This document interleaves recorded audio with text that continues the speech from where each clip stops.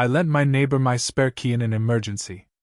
A month later, I returned from a trip to find her living in my house.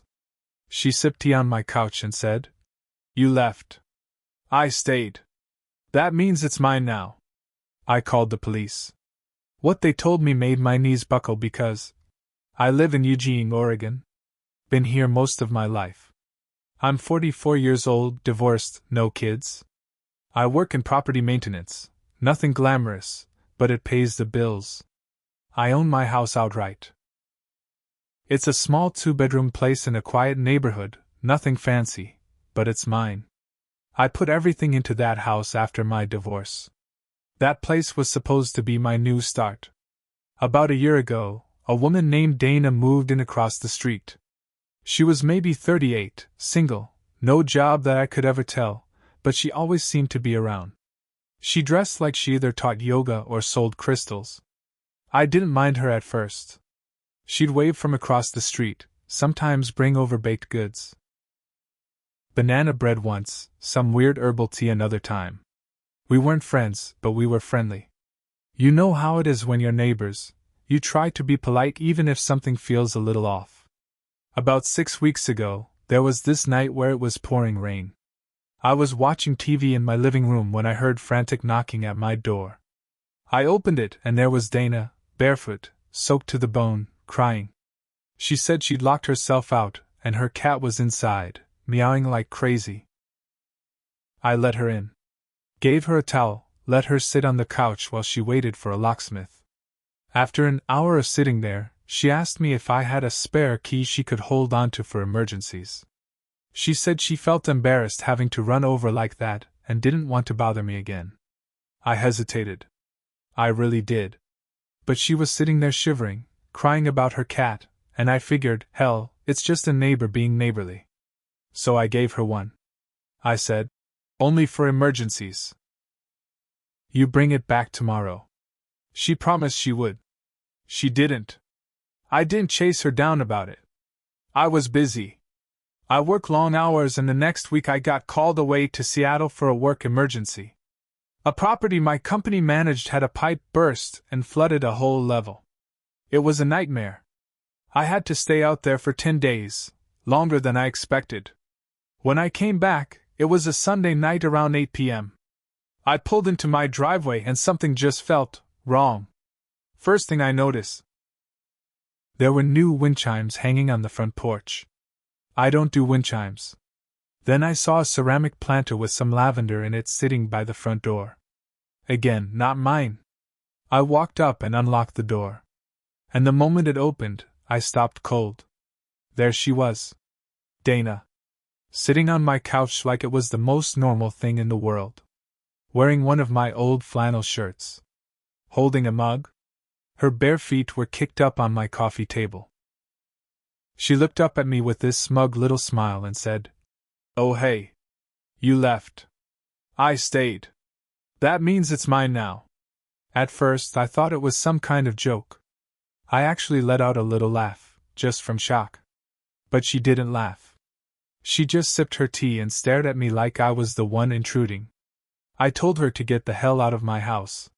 She didn't even flinch. She said, "No. I've been living here. You left it abandoned. I moved in. That makes it mine." I couldn't even form words. My brain just froze. I called the police. Told them there was someone in my house who wouldn't leave. They showed up about 15 minutes later. 2 officers. I thought, finally, this nightmare is about to end. But then they asked to speak with me outside. And that's when things went from bad to worse. One of the officers said, "She claims you gave her a key and that she's been staying here while you were away." I said, "Yeah, I gave her a key 6 weeks ago. One time. For an emergency. She was supposed to give it back. I didn't tell her she could move in."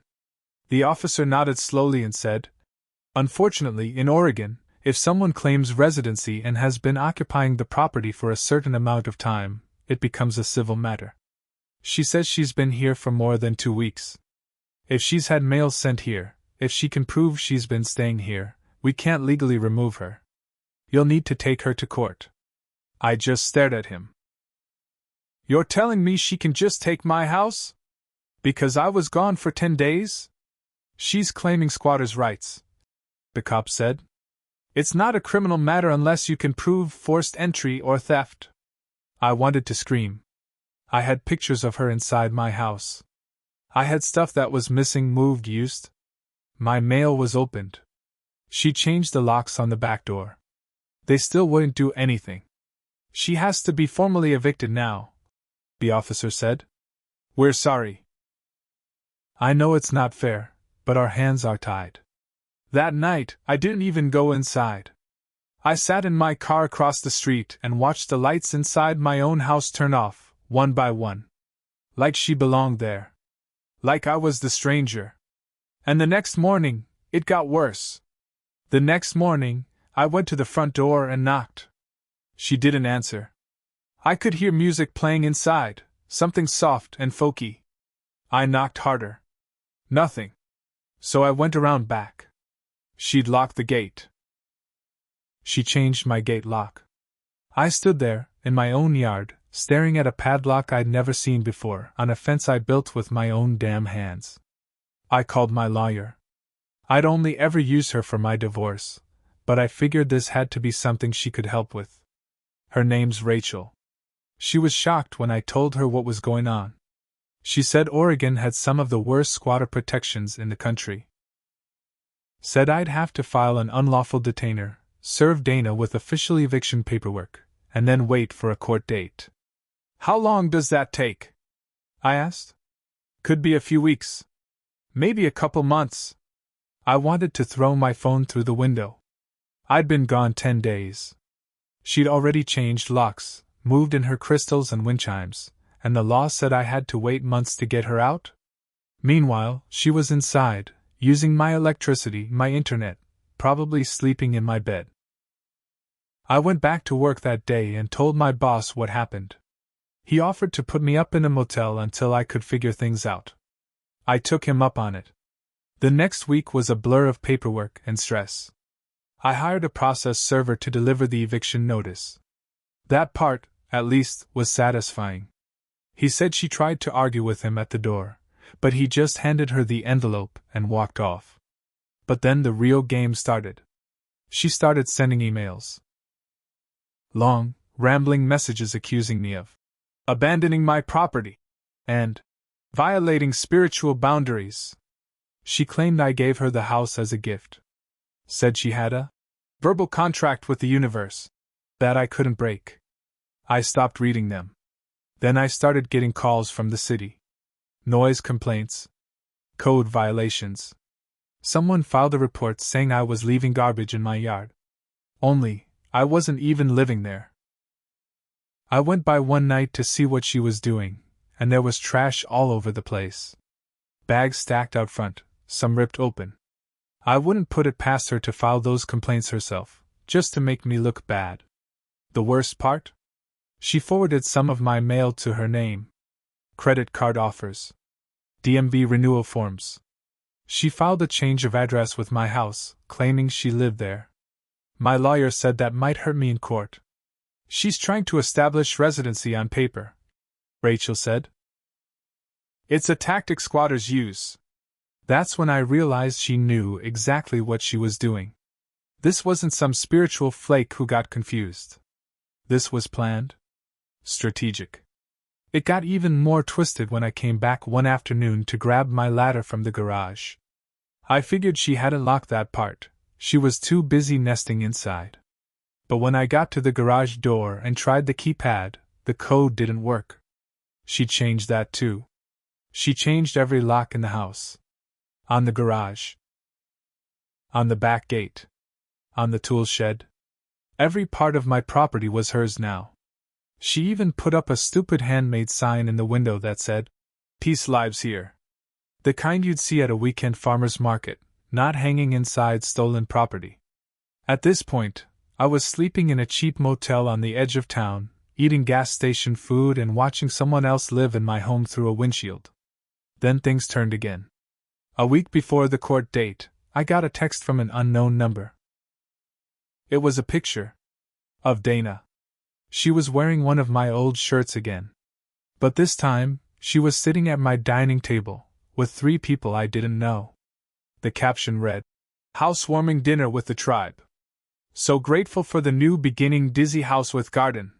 She was hosting dinner parties in my house, letting strangers sit at my table. I zoomed in on the picture. The guy sitting next to her had his hand on her thigh. There was a bottle of wine on the table, one I recognized. It had been in the rack in my kitchen, the one I'd been saving for years. It wasn't expensive, but it meant something. I don't even know how she got my number. I hadn't given it to her. Maybe she found it on a bill or something inside the house. But that picture, something about it flipped a switch in me. Up until that moment, I'd been trying to go by the book. Court filings. Lawyers. Patience. But that night, I decided if the law couldn't get her out fast enough, maybe I had to find another way. I didn't sleep that night. I just lay on the motel bed staring at the ceiling, that photo burned into my brain. Her, sitting in my house, laughing, relaxed, surrounded by strangers like she'd always belonged there. It wasn't just about the house anymore. It was the smugness. The nerve. The theft of my peace, my space, my life. I woke up the next morning with a plan. Not revenge exactly, not yet, but I needed information. I needed to know who those people in the photo were. What they were doing there. So I started digging. I went online and searched her name. Dana Claire Timmons. Nothing criminal came up. No arrests. But there were blogs. Facebook groups. Forums. Turns out Dana had a history. One thread in a private Facebook group for landlords in the Pacific Northwest mentioned her. Same name. Same description. Beware. Woman in Eugene scammed her way into a Portland rental using a sob story and stayed over 60 days without paying. Claimed spiritual occupancy and filed harassment charges when owners tried to evict. Another person in the thread posted. She pulled that on us too. Claimed we gave her verbal permission. Got mail delivered. Cops couldn't help. Took 3 months and a court case. So this wasn't her first time. She'd done this before. She knew what she was doing. And she was good at it. That made my blood boil even more. I kept reading.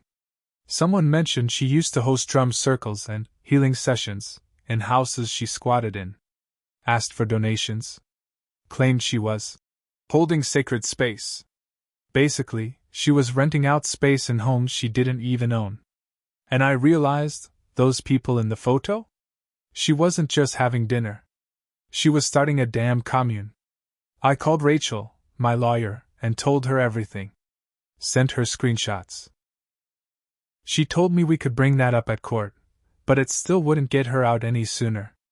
The court date was still a week away. I couldn't wait a week. That night, I parked down the block from the house and watched. Around 7 p.m., I saw 3 people walk in through the front door. One of them was carrying a yoga mat. Another had a guitar. They didn't knock.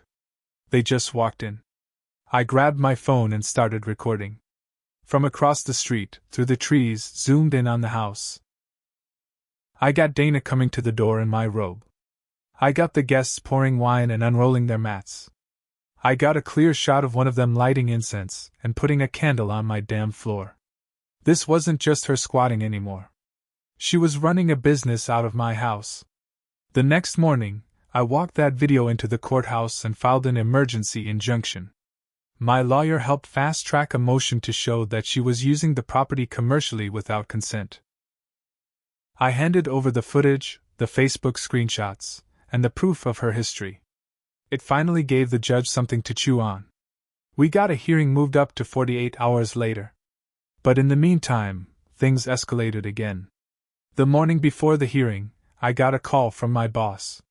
"You didn't tell me you were running some kind of cult retreat out of your house," he said, half joking, half serious. "What the hell are you talking about?" Apparently, someone from work saw a flyer. A flyer. Printed on thick glossy paper. Found on the corkboard at the Co-op grocery store downtown. It had a picture of my house. My actual house. Underneath, in big bubble letters: The Gathering Place, Sacred Healing Circles, Energy Cleanse Retreats, Conscious Co-Living. And at the bottom, an email. A phone number. And a sentence that made me see red. Suggested donation, $150 per week, shared energy, shared kitchen. She was charging people to stay in my home. I drove to the co-op and grabbed the flyer myself. Snatched it right off the board. Took pictures. My hands were shaking as I texted them to Rachel. She didn't even wait. She filed it immediately with the court as evidence of illegal subletting. That was the crack we needed. When the hearing came, Dana actually showed up. She wore this long flowing dress, no shoes, a big scarf like she was heading to a seance. She walked in smiling like she was the victim. She said I abandoned the property. That she'd received divine instruction to care for it. That I energetically gifted the space to her. She had mail with her name on it.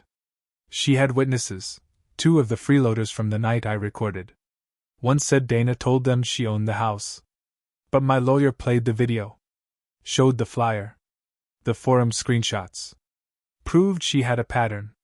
The judge didn't smile. Didn't buy her spiritual talk.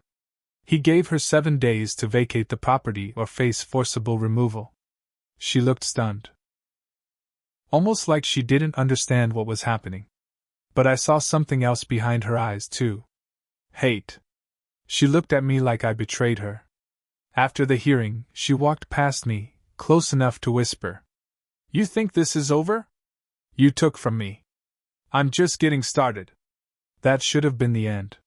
But it wasn't. Because 2 days later, my house caught fire. The fire started in the kitchen.